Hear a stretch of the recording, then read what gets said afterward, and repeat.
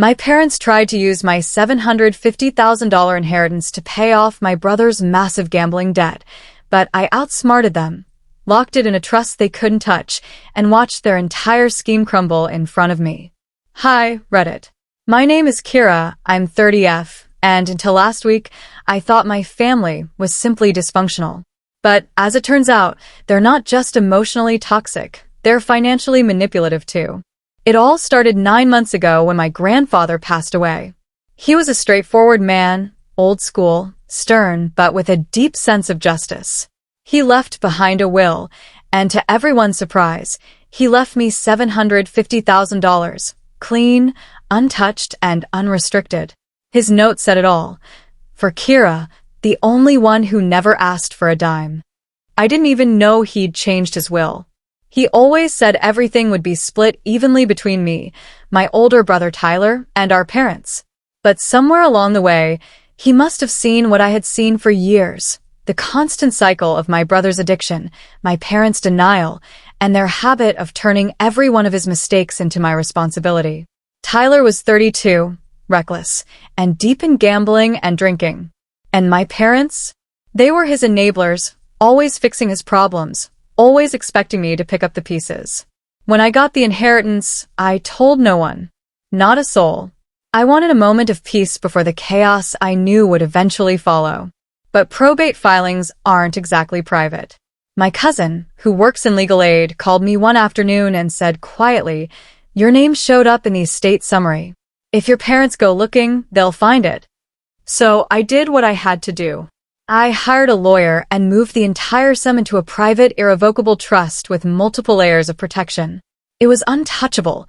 Even I couldn't withdraw from it for 6 months. No one could sue me for it. Not even family. That was intentional. For the first time, I felt safe from their emotional blackmail. Then, last week, I got the message that changed everything. Family meeting. Sunday. No excuses. Those words alone told me exactly what was coming. When I arrived at my parents' house, the air was already heavy with tension.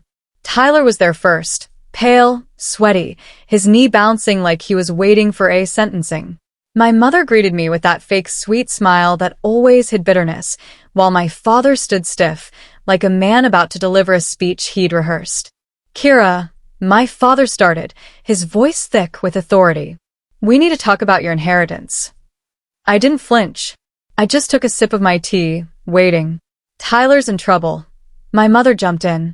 "He owes some very dangerous people around $180,000. He could get hurt, honey. Really hurt." Tyler sniffled beside her, clearly practicing his role as the family victim. "This is what families do," Mom continued, her voice breaking into that familiar, manipulative tone. "We look out for each other. Your grandpa would have wanted you to help your brother." And then Dad dropped the hammer. "We think the best thing to do would be to transfer the bulk of the money to us. Quietly. We'll handle the payments." They said it like I was still 12. Like I was too naive to handle my own finances. They expected me to nod, smile, and do as told. But instead, I let the silence hang until it became uncomfortable. Then I slowly pulled out a folder from my bag and placed it on the table. "You mean this inheritance?" I said calmly, sliding it toward them. "The one I locked away in an irrevocable trust 6 months ago that none of you can touch, not even me?" Mom's face went pale, Dad's jaw tightened, and Tyler just stared at me like I'd spoken another language. "You did what?" he stammered. "I trusted you." Mom snapped, her voice trembling between rage and shock. I stood, picked up my bag, and smiled faintly. "That was your mistake." Then I walked out. It's been 4 days since that meeting. 4 days of silence. No calls, no texts, just quiet. For a moment, I actually thought they'd finally accepted that I wasn't going to rescue them this time. I was wrong. That Thursday, my Aunt Linda invited me to lunch. She's my mom's older sister, smart, manipulative in her own way, and always playing both sides under the guise of keeping the peace. She picked a fancy cafe downtown and ordered for both of us before I even arrived. That should have been the first red flag. "Sweetheart," she began, in that condescending tone masked as concern. They're not asking for everything, just enough to keep Tyler safe. I set my fork down. He racked up a six-figure gambling debt again, didn't he? And they want me to clean it up. She sighed, twirling her straw. He's scared, Kira. He made a mistake. But he's still your brother. I smiled politely. And I'm still the scapegoat they expect to bleed dry whenever he screws up. She tried another classic line. Your grandfather wouldn't want the family torn apart over money. You're right, I said softly. That's why he gave it to me, not them. Her mouth snapped shut. She looked away, pretending to be fascinated by her iced tea. I thought that was the end of it. But the next day, while I was in a work meeting, security called. There's a man in the lobby. Says he's your brother. Refuses to leave. When I came downstairs, I found Tyler pacing, red-eyed and sweaty. The receptionist looked terrified. Kira, what the hell is wrong with you? He yelled as soon as he saw me. You'd let your own brother get killed over money? I stared at him calmly. You should leave before I call the police. You're so selfish, he screamed. Always have been. This is blood money, and you're hoarding it like a dragon. Security escorted him out as he kept shouting. I hope you're proud of yourself. I was. For once in my life, I truly was. That night, my mother posted on Facebook. Some people value money over family.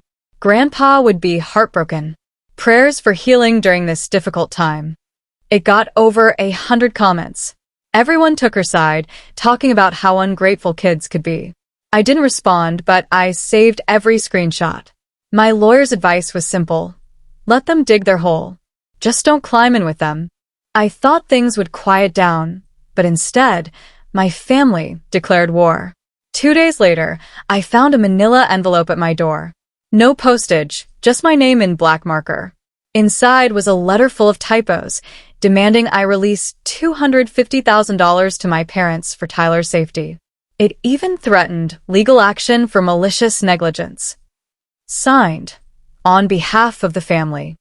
Not a lawyer, not even a notary, just them. I laughed so hard I spilled my coffee. I sent everything, the letter, the screenshots, the Facebook posts, to my attorney. She called me back laughing. This isn't a legal threat. It's emotional extortion on letterhead. The next morning, we sent a formal cease and desist letter. Polite, professional, and brutal. It included every piece of evidence, even a video of Tyler's office outburst, recorded by my receptionist. After that, silence. Then, the group chat erupted. My family's big group text, usually for holiday plans, turned into a battlefield. My mother started, I didn't raise you to be cold-hearted. My father added, Kira turned her back on family for money.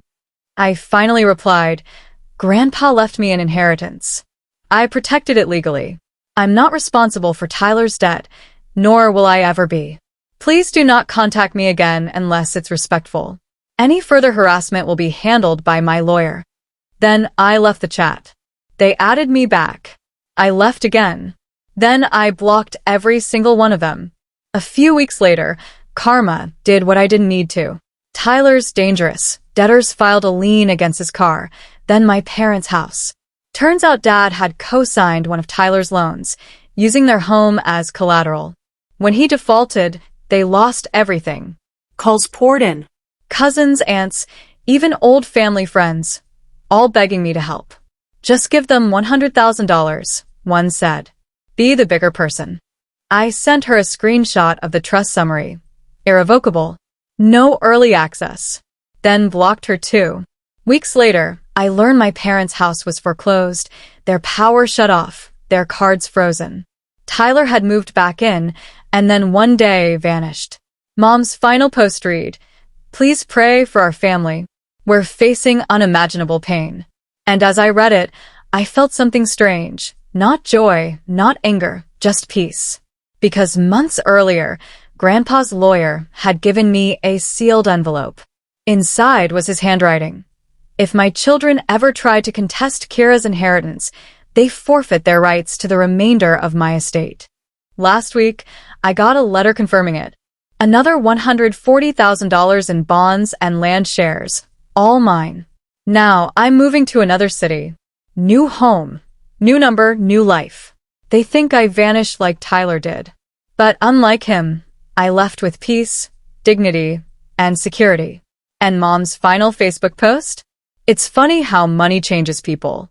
One day you're raising a child, the next you're erased like you never mattered. I didn't reply. I just smiled. Because for the first time in my life, I wasn't the family's savior. I was free.